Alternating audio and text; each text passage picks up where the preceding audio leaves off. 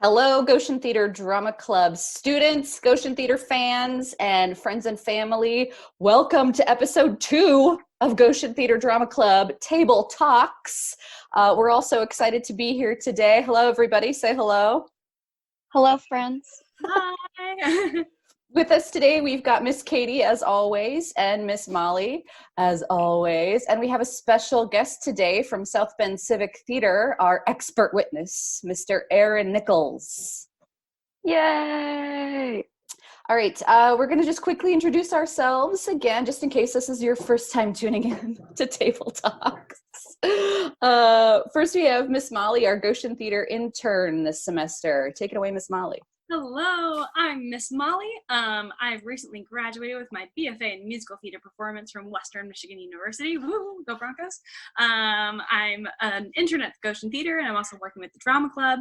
I do some choreography work as well, so I'm super excited to be here. Yay! And Miss Katie. Hello, friends. I'm an actress based out of Chicago. I worked with Miss Amber at the Round Barn Theater. Those in the Goshen area probably saw me there, if at all. And then I've been doing their camps at Round Barn Theater for about 5 years now. And now I'm on with Goshen Theater's Drama Club for the summer.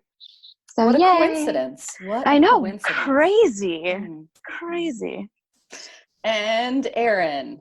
Hello there, everybody. I'm the executive director at South Bend Civic Theater. I've had that job for about 3 years. Before that, I worked at Notre Dame in their Shakespeare program. I am an actor first, director second, administrator third, and I just love creating opportunity for our artists. And honestly, with the Civic, and you'll hear more about this as I get up and down off my soapbox, but that theater really is a tool for community, for building community, for creating community, and that's where I think Civic Theater has a place, especially in times like this. Absolutely. I love that. So in the last episode, we chatted a little bit about school program auditions, like getting into your college and doing scholarships. We also chatted about your school play auditions and the things that you should prepare when you are like nervous and trying to get that part in the big school play. So today we are going to focus on civic theater auditions, and we're really excited because this is something that it's an exciting opportunity for you guys if you are one of our students, or if you are a parent of one of our students, or just a member of the community. This is a really cool way for you to get involved. It's low pressure, and also it's got, there's a lot of opportunity for you to create community with other folks, and it's fun and exciting. But this is a great way for students to expand what they might be doing in school, and also to have another fun and creative opportunity. So Aaron, talk to us a little bit about like the purpose of civic theater. Well, I think it's multifaceted. I think what you're talking about is definitely important. You know, when I was a young theater artist, it was all about just working, just doing more and more and more, and learning from multiple directors. And I think if you're an aspiring theater artist, especially a young theater artist, often when you're working at a high school, you're only working for one director over and over and over and over and over again. And often that doesn't give you that versatility, working with multiple processes that will help you in the professional world. Because, almost every show you'll do then is going to be for a different series of production teams. So, working in as many places as you can, doing as many things as you can, Civic Theater offers you that opportunity without having to go to a large metropolitan area. There's a lot of good civic theaters within this, tri-county area. So I think that's, if you have the time, if you have the resources, and that's something I think we should always talk about too, is, it's a volunteer gig. So there is some disparity in the opportunity for that. We do our best to try to help actors, if they're coming from far away. I usually try to at least offer a little mileage or something like that to mitigate some of those costs. But there is some inequity that exists in being available to do this opportunity. But I would, if you can find a way to do it, I encourage you to, because just for that, building up your skill set, building up your toolbox, even if it's learning what not to do or how to deal with really bad processes or really bad directors, you'll do that too in the professional world. But I think on the other side, for me, it's all about community. I find that creating network and again, this is selfish for your own career, creating relationships with people. You'll never know who is going to find that next opportunity for you, who's going to basically have a great time, working with you, and tell that person who's going to give you your next opportunity, they're who you need to work with. Even if their skills don't necessarily show it in an audition, that was a fun process. They were cool to work with. So much of professional theater is they're easy to work with. Yeah. Nailed it. Did it. And if you can hone those skills of how to work with people, that's important. And then I think it's good to meet different kinds of people. And I think every process you do in civic theater often is with some strangers. And that's good too, because it teaches you how to work with new sets of people. Too often high school programs become kind of cliquey, and even civic theaters become cliquey. We try really hard not to be that way at South. Like, what? We try really hard not to do that at the civic, and I think there's some prima donnas who are annoyed by that because they don't have such kind of unquestioned authority, in the audition room. We're saying, the best person gets the part, and that is, I think the word is out because we're getting more and more new faces coming in, process to process.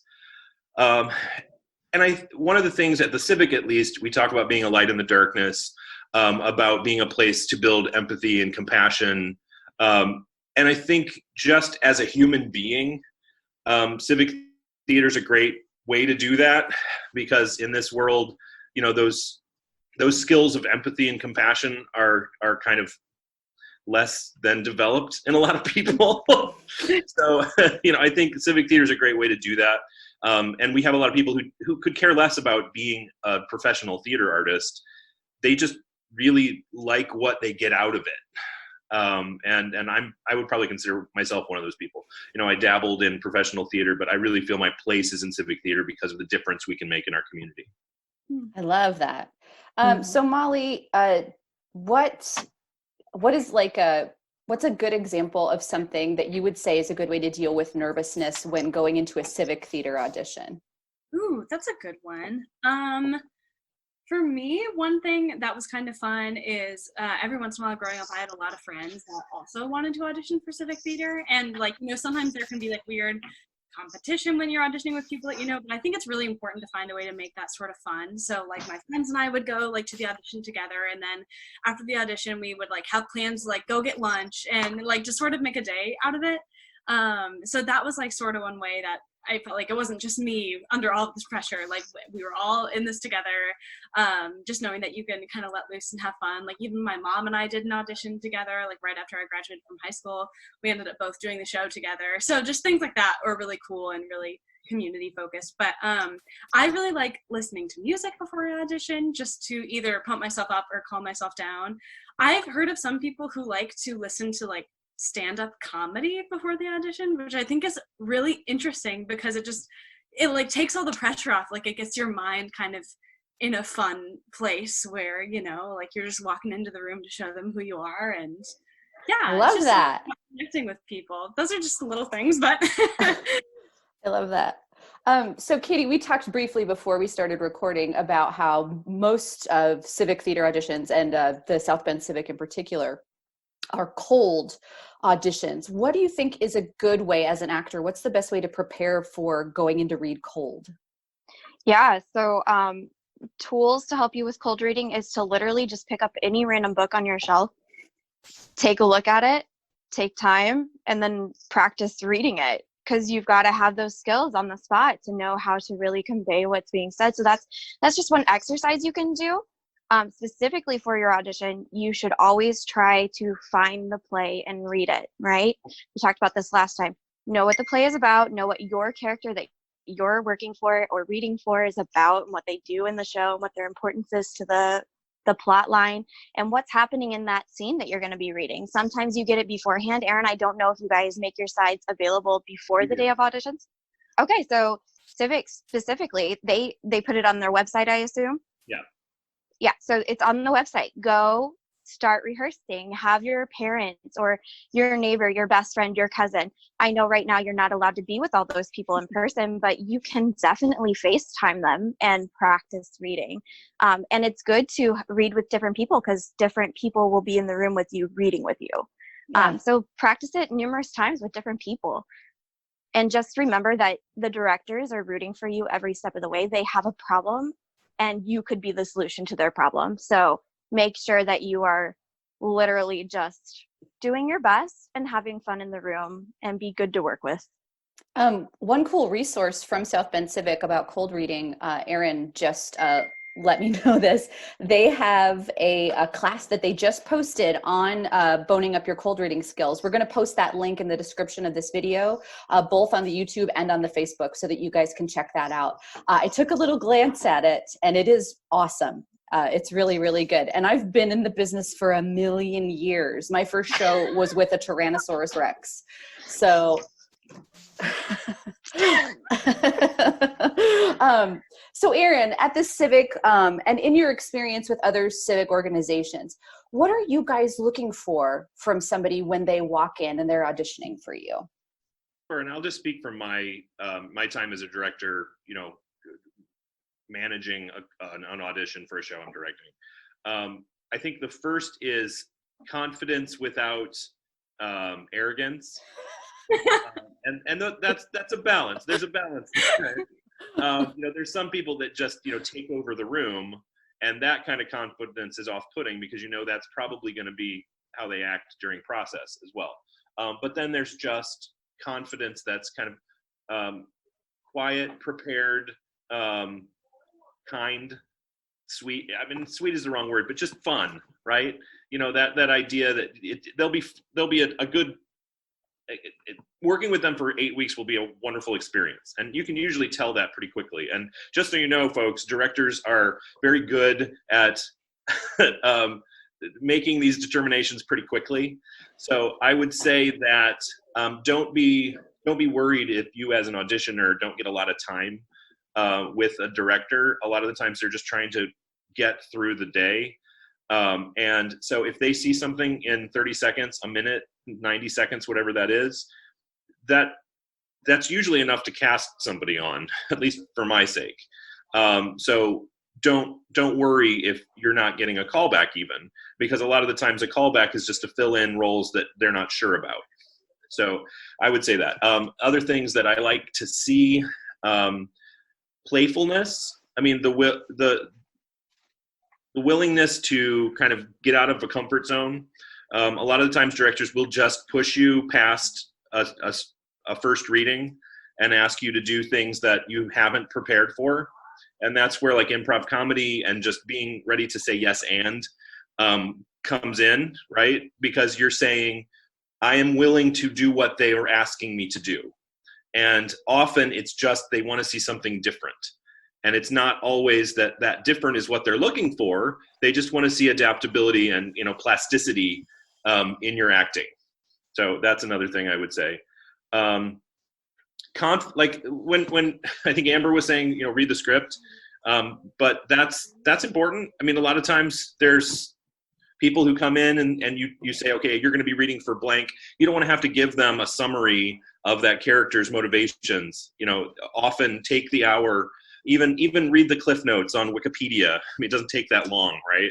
And then you'll at least know, what the character's about, what their stakes are, all that kind of stuff. And I would say just take, even if it's just 5 minutes on Wikipedia, that will make a difference. And that will probably put you above half of the people in that room who are just doing it for fun.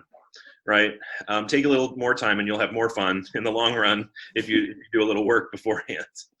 Well, so much of theater is sitting alone in your room.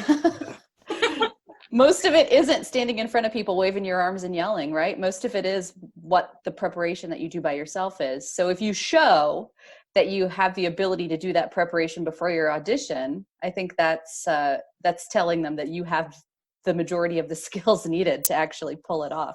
And I would say most of the stuff is not monologue. I mean, Mm-hmm. most of the stuff you're working with a scene partner. and I would say generosity in that process is really important. Give back to your scene partner. Listen to them, and don't just wait for the next time that you're supposed to be speaking. I think a lot of times in auditions, I look at two people. One person is speaking, the other person is getting ready. They're looking at the next line and not giving it all to the other person, which is really selfish. And that kind of selfishness in an audition often leads to selfishness in process and in production. And again, directors can spot that. Yeah, give them your attention. I love that. That's really smart. So do you guys, and I know that when we would post audition notices at Round Barn Theater or wherever, we would let people know kind of what the audition was going to look like. I know that not everybody does that. What do you think that folks should bring to an audition wardrobe wise? Like what should they have ready to go? Never wear a costume from the show. I mean, come on. Everybody's laughing because you've all seen it. I've been involved in Wizard of Oz where I've had 10 Dorothys in gingham dresses, and I'm like, come on, just wear something comfortable. But I would say comfort is key, but don't take casual to a ridiculous level. Professional, comfortable working clothes. And by working, I mean you can do the requirements of the audition in them. So for a play, Chekhov, you're going to wear probably something different than for Rodgers and Hammerstein, right? I mean, so there's just know what you're going to have to do. Often, I mean, always we're saying, okay, there will be a dance audition, there will be a singing audition, there will be an acting audition. If there's not a dancing audition, that kind of clears out some of the attire stuff you need to worry about.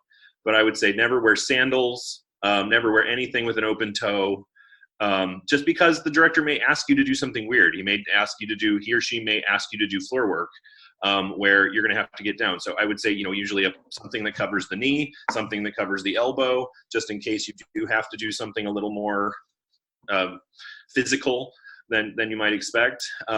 Usually not a ton of layers that just get in the way.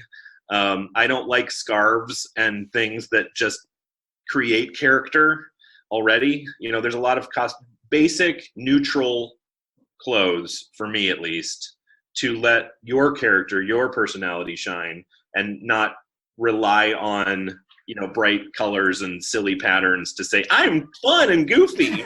Just show me that in the audition. I don't need you to tell me that with your clothes.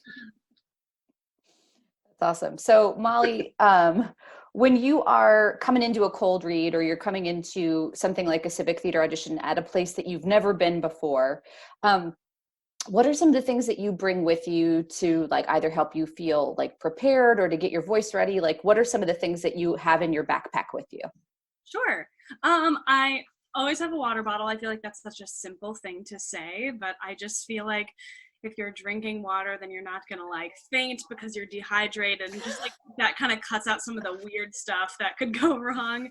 This is another like weird thing that I usually have with me, but I always bring a straw. It can be a reusable straw too, like save the planet. But it really helps warm up your voice if you're singing through a straw. It helps you connect to your breath. It gives you forward placement, and it's also really, really quiet, because like one of my biggest pet peeves is when you go to an audition and there's like the warm-up room that's like outside of the audition room, and there's girls or boys like belting their faces off in there when you're like trying to kind of quietly prepare. But it is like really important to warm up your voice. So if you have a straw or something that's like humming, lip trills, those are good warm-ups that I usually like to have with me.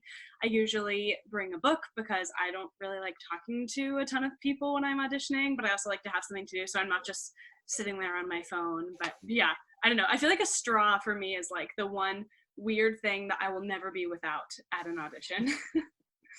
That's awesome. I've never heard that before. I love it. So Miss Katie, when you're seeing someone in sort of a cold reading audition situation, like as a director, and you want to see sort of what kind of tools that person can bring to the table, how they can interpret your notes, what kind of things might you ask an actor to do in a cold reading, just to sort of test them out, see what they might be able to do?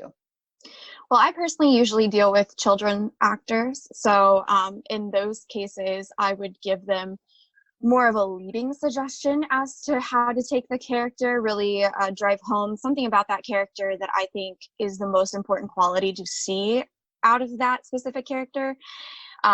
or I might take it in a complete different direction. Just like Erin has said, like, we want to see that you're willing to play with us. Because, I mean, think of the stage as your playground in some respects, right? We're in this imaginary world together and we're building it together. And you may bring something to the stage that I never even thought about for that character. And I might think that's super interesting. So I may throw out, okay, well, how about we do it like you're running out of time, or how about we do it like you're super old. But once again, I work mainly with children actors, right? They're not going to ask an adult to do those kind of things. They're going to give you more structured plan, right? They're going to ask you more specific character kind of situations. But really, it's really seeing if you're willing to do whatever I asked you to do and see how far you'll go in a safe way. Right. I want you to always be safe. That's also key. Don't do anything that's going to be dangerous and make me go, oh, are they going to hurt themselves if they do that? Sometimes I would ask my kids in auditions if they had any special gymnastic skills, right? Because sometimes those are fun things to put into our shows. In that case, I always make sure that you have the right footwear. Once again, no open-toed shoes, no sandals. And I'm going to be paying attention to whether or not I think that's safe for you to try, because you'd be surprised how many children are just willing to take a flip, even if they've never had training. So it's always like, do you have any of these skills? And if you tell me yes, I ask you what they are, and then I assess whether or not I need to see them. So just be willing to try anything and everything, but in a safe way. I was at the callback in high school, and the director said to do something that would really impress her in the song. And so one of the boys did a backflip, but he had never done a backflip, nor did it fit in the song for him to do a backflip, and it did not go well. So that literally has happened. I've seen it with my eyes. You can ruin an audition if I think that you might hurt yourself. I will be too worried about your well-being to pay attention to any trick you just did. So always make sure you're doing it safely so I don't worry about you. You know, when you get that crazed look in their eye and I'm going to do it. I would say that made me think of the word interesting. Be interesting. You know, be something more than you're seeing from the rest of the people. And again, don't be crazed, but be interesting. You know, everybody has their own things that they can bring to the table. Bring your own freak flag and fly it. And usually that will pay off. I've noticed that. I've taken chances on people just because I saw something real. I saw that spark of something special in an audition, and I didn't know them from anybody, and took a chance, and usually it pays off. So we talked last time a little bit in episode 1 about having a list of conflicts with you and bringing like a headshot and a resume as like stuff that's like paperwork that you can prepare ahead of time. I've done a couple civic theater auditions where I took like a casual resume and a headshot just to make sure that it was easier than writing it all down. But I think that that conflict list is super important, because in casting for me, conflicts were almost more important than nearly anything else. Yes. And I think that's some of that is on the theater too, to make sure that they're giving you an accurate range and an expectation of dates. You know, because a lot of people are like, you know, list all your conflicts for this whole period. But sometimes it's helpful to say, and we try to do this with directors in early production meetings, when do you want to be rehearsing? You know, and then so you can kind of give and take there. So you're not just saying, we're going to rehearse 7 days a week for the next 8 weeks. No, we're saying, traditionally, we like to do Sunday through Thursday from 7 to 10. Please list all your conflicts in case those have to change because of actor issues or whatever, right? But at least then there's a give and take a little bit to say, this isn't all on the actor. You know, the process has been thinking about this as well. Yeah, there have been times when I've auditioned for shows, and I don't know if you guys have this common experience where I've had a lot of conflicts and I haven't gotten cast because I had those conflicts. And when I looked back at it later, I thought I had a lot going on during that period of time. The process of doing that show probably would have been too much. So taking an honest assessment of your schedule is probably a good precursor to even deciding to audition. And I would say don't be surprised if you come at a director with a bunch of additional conflicts. if they don't have to change their mind. Yeah. I've had to get, recast because somebody's like, oh, I'm going to take 2 weeks and go to the Bahamas with my parents or something like that. That literally has happened. And I was like, well, okay, enjoy, but you're not going to be in this show. And usually I'd probably do it a little more tactfully than that, but Bye-bye. bye. Right. So do be honest about it. Take a little time, look at your calendar. And I much rather appreciate someone who I see a little calendar book or them looking at their phone or really doing it, just been like, nothing, no conflicts. That is like one of the most eyebrow raising things that I will see on an audition form. If you say no conflicts, I'm like, and I will go extra hard at that person to make sure that that's true. But if I see a bunch of conflicts, okay, good, you've thought about it. And I'd rather see a bunch of conflicts, even like week-long periods. Don't think that by putting accurate conflicts, you're not going to be considered. It's almost the opposite. Oh, that's smart. Mm-hmm. I like that. I think also in the vein of honesty, don't put things down that you're either not willing to do or that you can't do. Like, I know this is something that happens in civic theater more often than it does in professional theater or even in educational theater. There will be a line on the audition sheet that says, are you willing to accept any role? Don't say yes unless you mean it. And if you have like special skills, don't say I can do a cartwheel and roller skates if it only happened once and by accident. Like, don't. While you were falling. Yeah. So I think being honest in an audition situation in general is really important, but it's super important in this case because it's often people that you don't know. It's like strangers, and they're trusting you that those conflicts and your openness and all of that is what you say it is. So don't just say something to get cast. Yeah, and if it's I won't accept any role, if you will accept 3 or 4 roles, that's fine too. And that again makes the director realize that you have thought about it and you kind of know your type in a way. And theater Or is not. or you have no idea what your type is. I've had people say, I want this character, and I'm like, there's no way I would ever cast you in that role. And theater is one of the last places where you can just be typed. And we try to have intentional casting where, often we make bold choices as commentary. I mean, sometimes that happens with directors. I cast an African-American Stella in My Streetcar Named Desire just because after 5 minutes you were like, it doesn't matter to me anymore. But, there are some things that will still put you in either size or I don't know, personality, height, all these other things. I mean, I'm pretty wildly against sizeism, and I think in civic theater you kind of have to be.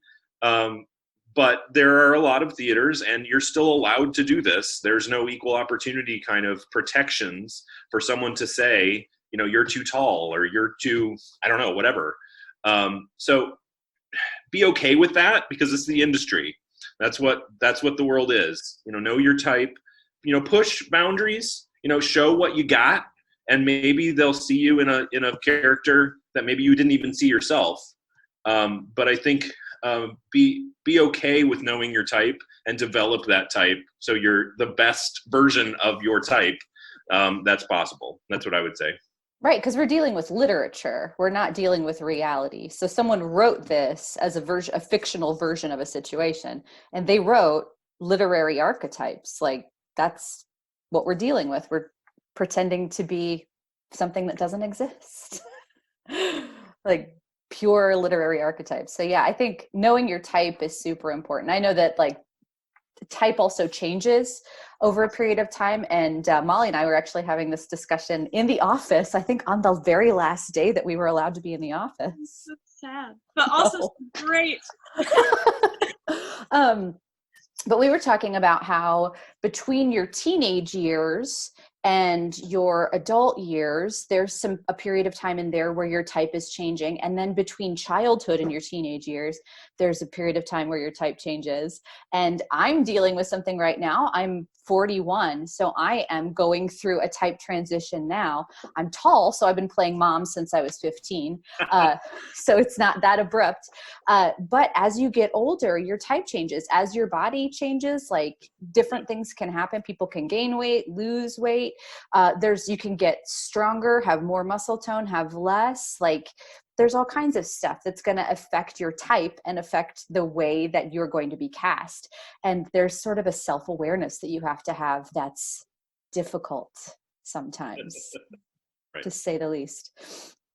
But what would you say, like if we were talking about general archetypes or types within theater, what are some, like group discussion, what are some types for the kids so that they know what they're aiming at? Because maybe the kids aren't necessarily familiar with what type is. I think there's the ingenue. I mean, that's kind of the very most basic, the leading lady, the leading man. And those have a look traditionally. Often they have to be a triple threat. So, if you are that type, if you can't sing or can't dance, that will be a detriment to play that type. There's the comedic secondary lead, almost always that exists. I mean, you think of the Sancho, you think of, Ado Annie. Yeah, Ado Annie, you think of what in The Music Man, his little friend, those, and by me saying that, I think I just owned one of the parts of that type. I mean, part of the secondary lead is they're shorter than the lead. And often they're, maybe less fit than the lead. And that's an advantage to that character. Like Gaston and LeFou. Yeah, perfect. That's a great, Disney example. And you look in almost every, to your point, Amber, I mean, there's a lot of times where that is an archetypal necessity, to guide you don't have enough time for all the exposition that it takes to define these characters. Often we're going right into it, right? So you need to guide the audience through the type. A lot like Commedia. I mean, if you look at some of the French stuff, I mean, it is like formalized in a very, look up some of that stuff, and it's fascinating, in fact, to look at that. But I would say those are some of the main ones. I would say, the mother figure or the authority figure.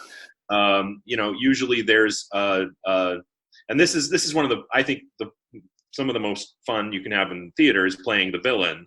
But there are certain, angularity, certain, arched eyebrow, whatever it is, there are certain looks. Well done. there are certain looks that help you to kind of nail those archetypes. But I mean, those are a few of them. I'm sure Amber and the rest, we can all kind of define more of them, Molly and Katie. But that's the few that come to mind for me. There's some newer archetypes too that I really enjoy. Like I just mentioned Gaston. I think there's the villainous handsome man. Yeah. Yes, I think that's very true. What's another one? I think Hairspray kind of changed the game a little bit, the ingenue game. So there is a genre of theater now where the ingenue is an atypical ingenue, whatever that means. So it can be body size, it can be height, it can be a bunch of different things, but there are shows that are written where someone has to have those skills and that spirit and a specific body type that's not that typical ingenue body type. And I love that that's kind of the direction things are moving. Yeah. What else? What do you guys think, Katie, Molly? Oh man, there were like so many that you said. I mean, there's definitely, if you're the type of person where like dance is a little bit maybe like where you shine the most, being in all of the ensemble numbers, kind of being a dance captain sort of person. I don't know if dance captains are used quite as much in civic theater. I haven't. Oh, they are. Yeah. That depends on the show. Yeah.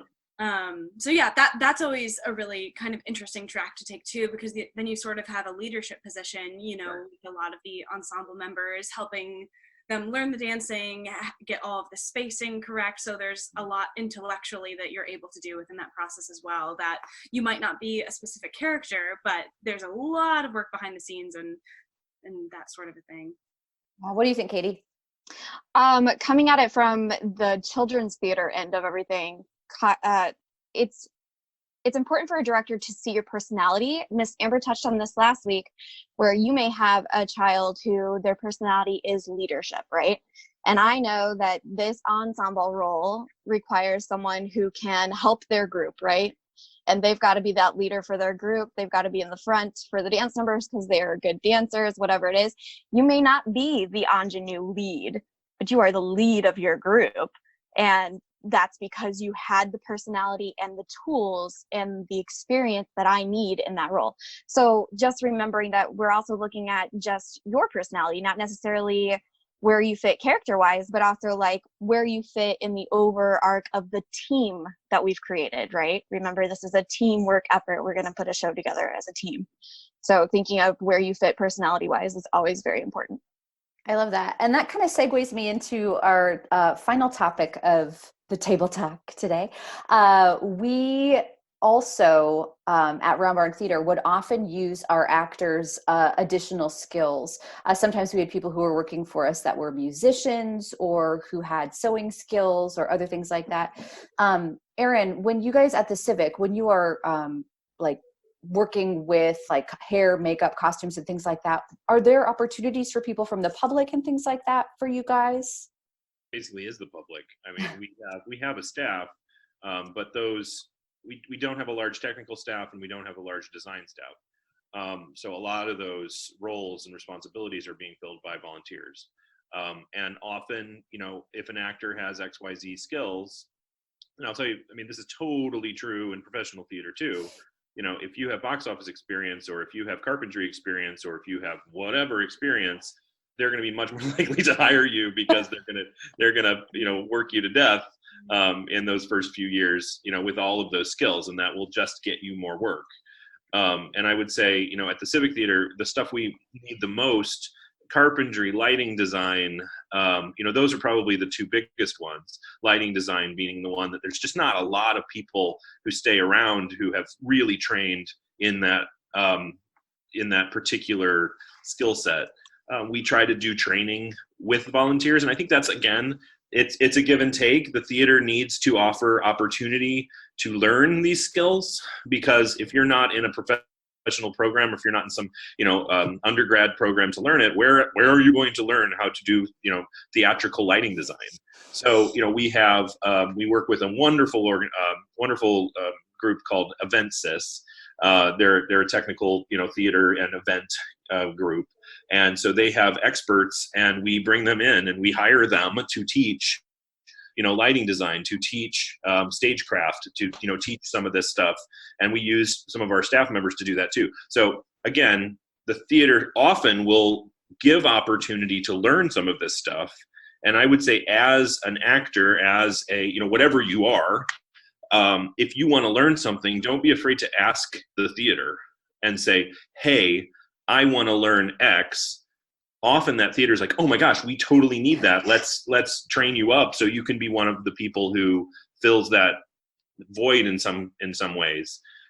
So again, don't be afraid to ask for what you want to learn.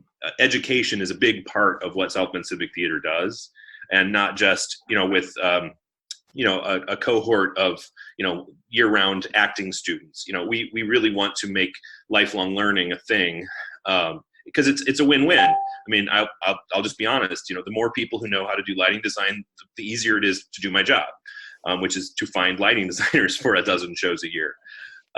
So I think that's important. It's on you, but the theater should also be potentially providing you the opportunity to learn the things that you just don't know and don't have the opportunity to learn. Yeah, and if you're passionate about theater arts in general, I think that kind of parlays you into other ways to use your skills, because everybody has secondary skills. There's very few people that are just acting zombies. You know, everybody's got other interests. So for me, I was always passionate about just being in the building and cultivating my skills in whatever way that I could, to just be around. So that drove me a lot of times to do that stuff. But that is so cool that you guys offer like training within the theater to help do some of those things. I don't know a lot of places that do offer stuff like that. So that's incredible.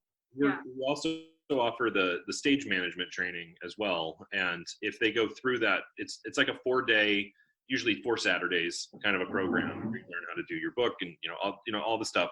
And if you go through that, then you're eligible to be a paid, stipended stage manager for our productions. So that's been an advantage too. So if then people can get a small stipend to do the hard work that stage management is. And I would say any actor, and I'm just going to look right into the screen, any actor needs to stage manage a show at some point. Yes. Because that is the hardest job in theater. It is the most important role in a show above the director. It is essential work, and if you do that work, you will understand all the things that annoy directors and stage managers about you. I think that's so brilliant, and I just want to say that, like, any student out there should definitely take advantage of all of those opportunities now, because once you start getting into professional theater as well, if that's like a route that you want to take. I've worked at a professional summer stock theater for the last two summers, and we put up 8 shows in a summer. So that gives us about a 1.5 week window to get every show up and running, up on its feet, performing every night. But on top of that, since I was an apprentice when I worked there, not, like a full equity actor, I coordinated their entire youth outreach program, which was really, really hard work. And when I wasn't at rehearsal, I was in the office. I worked in the box office. We all helped build the sets, although there were some people that were like specifically doing that. There also was like a restaurant bar attached, and I served drinks in the restaurant every single night. So I also played keyboard in their pits. I played bassoon in their cabaret shows. So, and I really think that those reasons, apart from, my work as an actor there, that's like why I went back and I went on to do more. And, the more work I did, not just on stage, but in other areas, in whatever way I could help, the more kind of a part of that theater family I became. And now it's a really special place to me. And I think if I would have just been focusing on my acting and think, this is like what I'm here for, not going to work hard at the other stuff, I don't think I would have gotten very much out of it. So yeah, it's a lifestyle. It really is. I mean, they say that about, if you work in food service, if you're like in a kitchen, I mean, that's a lifestyle. That's it. The hours are longer, the work is harder, but if you want to do this work, you need to realize that that's the kind of commitment that you are signing up for. And anything less, you're going to seem like you don't appreciate the opportunity, or that you're not a team player, or whatever. It's hard slogging work, especially in that first 10 years. Oh yeah.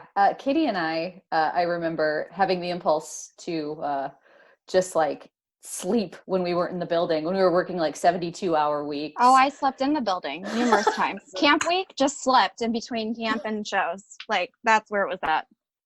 Backstage bed, that was mine. Yeah.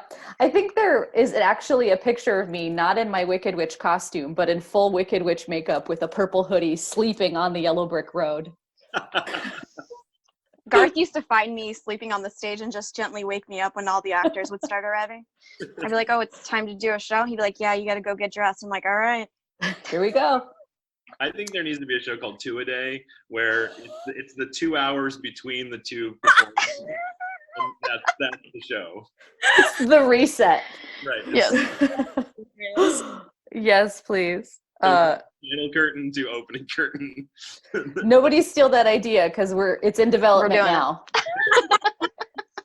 Oh my goodness. Well, I want to thank you, Erin, for joining us for Table Talk today. This has been a ton of fun, and such great information. If folks want to audition for a show at South Bend Civic, how do they do it? sbct.org. Our Facebook is huge too. We're on Instagram, so there's a lot of good stuff. Grace Lazars is our volunteer coordinator. She's amazing, super fun. We're doing stuff this summer, even with all of this going on. We have a 24-hour theater fest that's going to be on May 1st and 2nd. So you can reach out to me. I'm just Aaron at sbct.org. And then we're getting it back into it. We do 12 shows a year. So if you're interested, there is opportunity. So thank you. That's awesome. Thank you guys for joining us for the second episode. Next week, we're going to expand on our audition series, and we are going to be talking about the professional world and some of the stuff that you guys will need to parlay your interests into a career in the theater and how to get those auditions done in the professional world. Very exciting stuff. Thank you guys for joining us today. And thank you for being a part of Goshen Theater Drama Club. Thank you, Erin. Thanks, Katie. Thanks, Molly. And we'll see you guys next week. Bye. Bye, guys.